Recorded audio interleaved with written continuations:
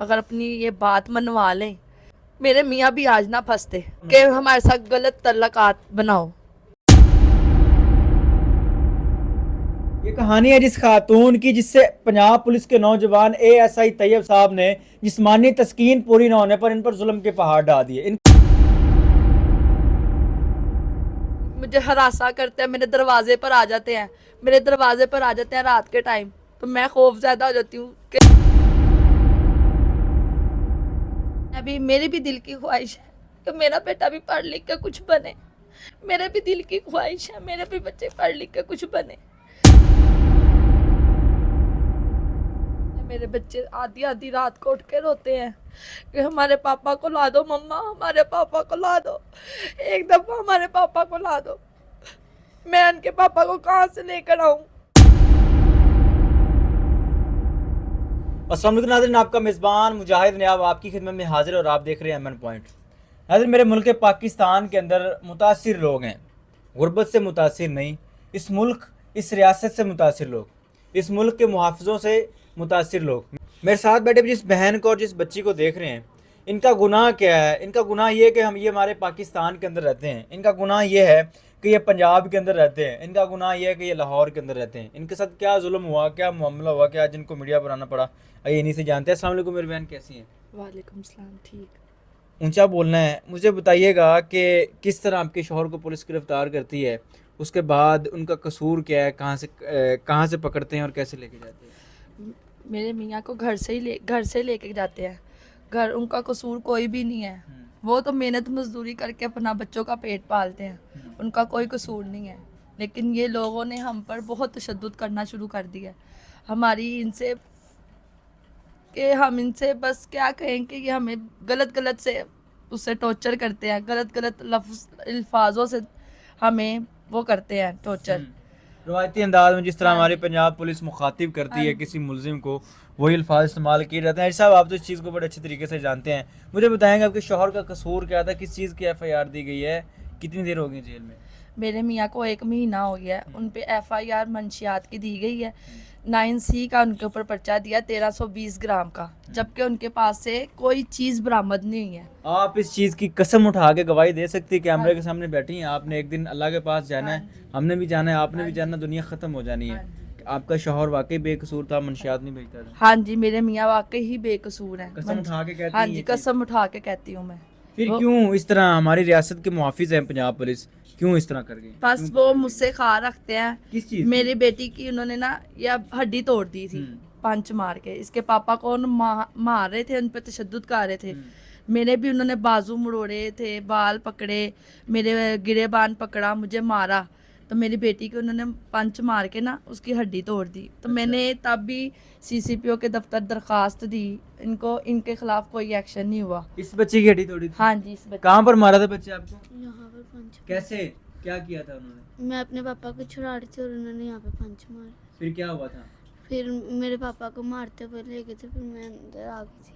अच्छा, इस बच्ची की उन्होंने यहाँ से हड्डी तोड़ी, हाँ जिसको असली की हड्डी कहते हाँ हैं, जी, वो वाली? हंस की हड्डी कहते हैं। अच्छा। हंस की हड्डी तोड़ दी थी। उसके बाद फिर आपने कोई कानूनी कार्रवाई नहीं की? मैंने मेडिकल वगैरह करवाया था अपनी बच्ची का, एक्सरे वगैरह करवाए हैं, सब मेरे पास है।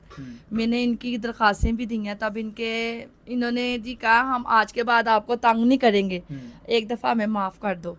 फिर ये 2-3 महीने बाद फिर मेरे घर ये अब ज़बरदस्ती घुसे हैं, मेरे मियाँ पे तशद्दुद किया है, मेरे पे तशद्दुद किया है। तो मुझे क्या, जो तुम इस तरह हमारे साथ करती हो ना, जो तुमने किया है, हमने उसकी खार निकाली है। आपने क्या किया था, किस चीज़ की खार निकाली उन्होंने? मैंने इनकी दरखास्त दी थी ये CCPO के दफ्तर। मेरी बच्ची की हड्डी तोड़ दी? हाँ जी, मेरी अच्छा। बच्ची की हड्डी तोड़ दी है इन्होंने। ये पुलिस अहलकारान के आपके इस तरह करते हैं कि बच्चों पे तशद्दुद करें, उनकी हड्डी तोड़ें। मेरी बेटी है, मेरी बेटी का है कि मेरी बेटी ने कल को मैंने कहीं इसकी शादी भी करनी है, तो देखे इन्होंने मेरी बेटी की हड्डी तोड़ दी है। तो उन्होंने उनके जो SSP जो उनसे थे ना डिसिप्लिन, उन्होंने कहा है कि आज के बाद तुमने दोबारा ये हरकत की तो फिर आप लोग खुद जिम्मेदार होंगे। इन लोगों ने मुझसे माफ़ी मांगी है, 4 महीने बाद फिर इन्होंने वही हरकत की है। ये आप एक दस्ता देख रहे हैं, ये रद्दी का दस्ता है। इस दस्ते के अंदर जितने कागजात हैं ये रद्दी हैं, क्योंकि इसके ऊपर पंजाब पुलिस के खिलाफ लिखा गया है। अगर यही चीज़ पंजाब पुलिस के हक में होती तो शायद ये कागज़ सोने के कागज़ होते, इन कागजात की बड़ी वैल्यू होती, इन कागजात को बड़ा ऊंचा रखा जाता। लेकिन आज ये कागजात रद्दी के कागजात है, क्योंकि ये कूड़े के एक डब्बे में डाल दिए जाएंगे, क्योंकि इसके ऊपर पंजाब पुलिस के खिलाफ लिखा गया है। जी साहब, ये जो एप्लीकेशन है, ये एप्लीकेशन वज़ीर आला पंजाब मरीम नवाज साहिबा को दी गई। उसके बाद इसके नीचे एक एप्लीकेशन है, ये एप्लीकेशन CCPO लाहौर को दी गई। ये एप्लीकेशन CCPO लाहौर को दी गई। उसके बाद ये एप्लीकेशन DIG पंजाब को दी गई। ये एप्लीकेशन किस लिए दी गई कि हमें इंसाफ फराहम किया जाए। ये एप्लीकेशन किस लिए दी गई कि हमें तहफ़्फ़ुज़ दिया जाए उनसे, जो कि हमारे मुल्क के, हमारी रियासत के मुहाफ़िज़ हैं, उनसे तहफ़्फ़ुज़ चाहिए हमें। कहाँ जाए एक गरीब बंदा, किधर जाए। मुझे बताइएगा कि इस वक्त आपको क्या प्रॉब्लम है। आपके शौहर के ऊपर तो चलो FIR उन्होंने दे दी मंशियात की, इस टाइम पुलिस वाले आपको क्यों तंग करते हैं, क्या मसला है? मुझे अब इसलिए तंग कर रहे हैं, मुझे कहते हैं कि तुम्हारे बेटे को हमने पकड़ लेना है, इसके ऊपर भी नजायज़ इसी तरह हमने ये मुकदमात देने हैं। मेरा बच्चा 9 क्लास में पढ़ता है, मैं नहीं चाहती कि उसके ऊपर कोई झूठी FIR हो, मेरे बच्चे का फ्यूचर ना ख़राब हो। मेरी भी दिल की ख्वाहिश है कि मेरा बेटा भी पढ़ लिख के कुछ बने। मेरे भी दिल की ख्वाहिश है मेरे भी बच्चे पढ़ लिख के कुछ बने। मेरे मियाँ को इन्होंने इस तरह दागदार कर दिया, मैं ये नहीं चाहूँगी कि मेरा बच्चे को भी दागदार कर दे। मेरे बच्चे पे भी इस तरह के झूठे मुकदमात हो, मुझे मेरे पर हो, कल को मेरे बच्चों का कोई आए तो ये ना कहे कि इसकी माँ पर भी पर्चे हुए थे।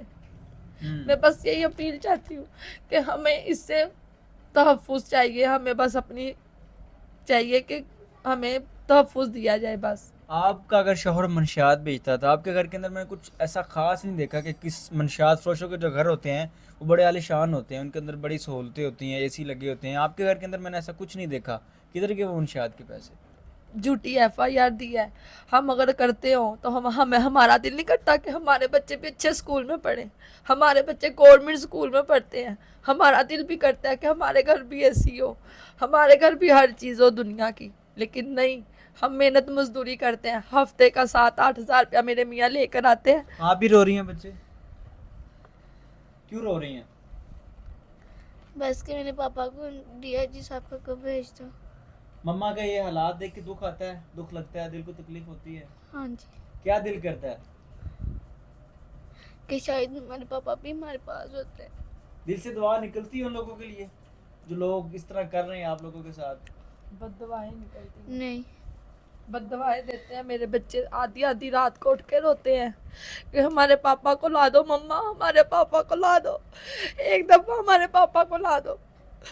मैं उनके पापा को कहाँ से लेकर आऊँ? मेरे पास तो खाने के लिए कुछ नहीं है। मैं अपने बच्चों को खिलाऊँ, इनके पापा के लिए कोई वकील करूँ, क्या करूँ मैं?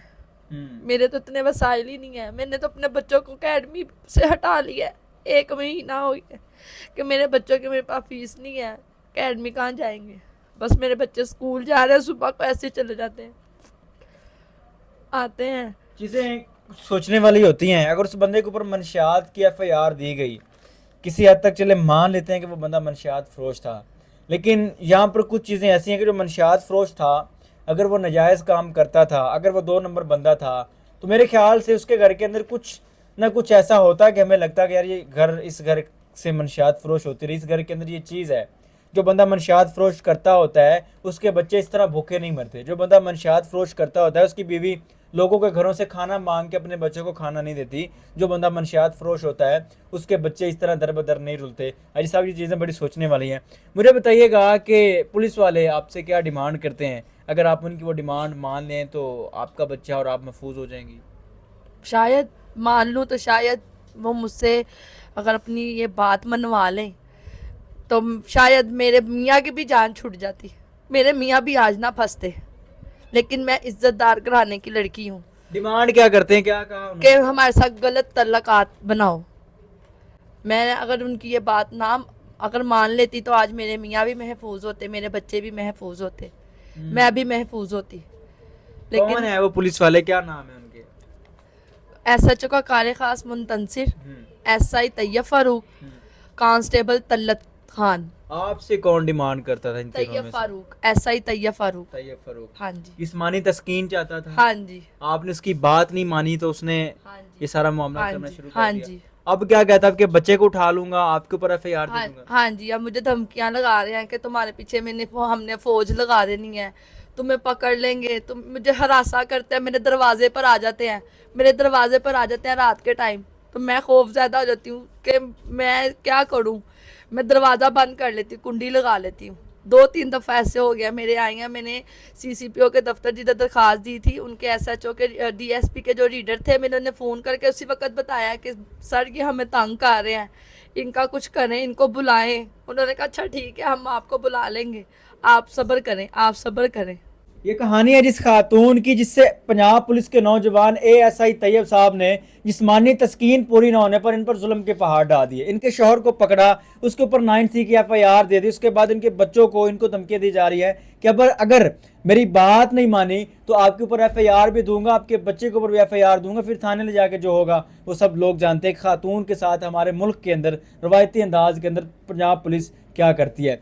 वही अल्फाज इस्तेमाल किए जाते हैं जो रवायती अंदाज में आते हैं, गंदी गंदी गालियां, वो सारी चीजें हाँ जी, हाँ जी होती हैं। हाँ जी। मसलन क्या कहते हैं, बताएं जरा हमारे देखने वालों को। अब मैं आपको क्या गालियाँ बताऊँ इनकी, जो गंदी जिस गालियां देते हैं। हाँ जी, गंदी गंदी गालियाँ देते हैं। मैं अब वो गालियाँ देती, ज़ेब नहीं देता मुझे कि मैं वो गालियाँ दूँ ही नहीं। मैं बद्दुआएं देती हूँ कि अल्लाह ताला इनको ज़िंदगी में ऐसा ऐसे अजाब दे कि कभी ये तेरे आगे पेश हो तो तुझे जवाब भी ना दे सके कि हमने दुनिया में औरतों के साथ क्या क्या जुल्म किए हैं, क्या क्या जुल्म किए हैं तेरी मखलूक के साथ। इन आंसुओं का कहीं ना कहीं किसी न किसी जगह हिसाब तो देना पड़ेगा।